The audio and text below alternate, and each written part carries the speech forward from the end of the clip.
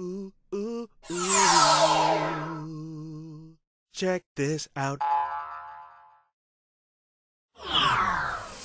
You're watching the Dean Show, and this is the mailbag. This is where we take your calls, we take your questions, so any of you wanted to call in. And for future reference, when it's playing as a recording, you won't see the phone number on the screen. And we'll have, hold on, okay. Yeah, hold on. There we go. Assalamu alaikum. Yes, this is the Dean Show. Go ahead. This is Yusuf Estes. Well, thank you very much. Okay, but ask, you have a question, okay? Alrighty then. We'll do that right now. Keep your TV on, and we'll. Okay. Assalamu alaikum wa rahmatullah. Question. They called in and they're asking us about the subject of how do you prove there's God, and how do you overcome the question when somebody asks you that where did everything come from? And what about the Big Bang? That the universe is coming from a Big Bang, and why don't we just accept that instead of coming up with this creation business? Okay. One of the ways I like to explain it to our students is like this. It's pretty simple. First and foremost, if they're not Muslim, I always remind them that we say, thank you for asking me about my religion, refer to the Quran and the teachings of Muhammad, and make sure they understand that this is not something you're going to make up on the spot. Okay. The next thing, though, is to ask them, what would happen if I take a water glass and I walk out to the pavement and I drop it? And it'll shatter into many pieces, splintered and break, and it'll just be destroyed, glass everywhere. I say, what will happen if I bring another glass and drop it? They said, the same thing. I said, will it be exactly the same? They said, no, it'll be different every time, but it will always be shattered. All right. Now, another thing, when you talk about something just blowing up. We talk about that there was a mass that just blew up and everything came out of that. Just a big bang is what they refer to, a big bang, a blowing up.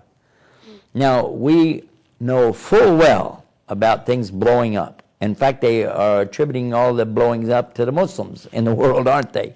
But consider this. Well, if you've seen it, and I've seen it on television, it's a horrible thing. It's never beautiful, is it? Is it? No, the only thing that comes out of explosions is chaos.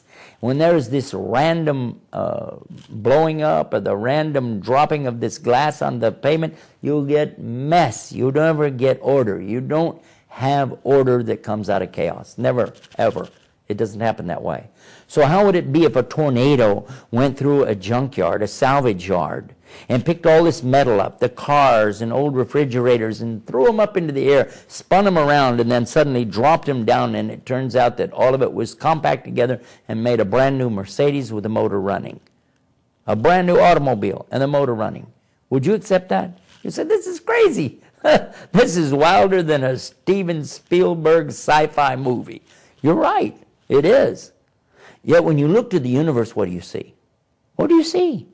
You see these spheres going in elliptical orbits. The sun in an orbit. The planets around the sun in orbits.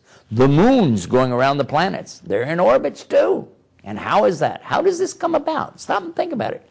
Is it possible that this kind of order comes from an explosion? Without a design, without a plan? And when you look to the microscope, you look at these molecules, and you know these also are what? These are round orbs.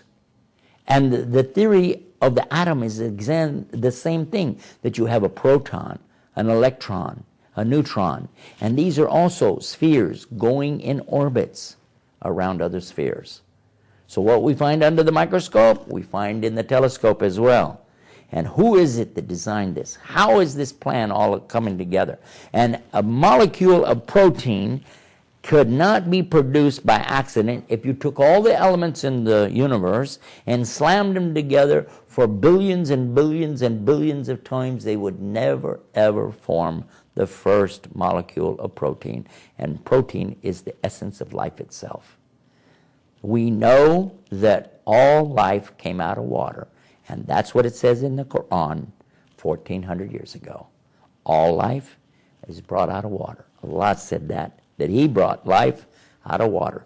Go check it out. Go to scienceislam.com. Prove it for yourself. Okay, let's go back to the show. Already in progress. You're watching The Dean Show.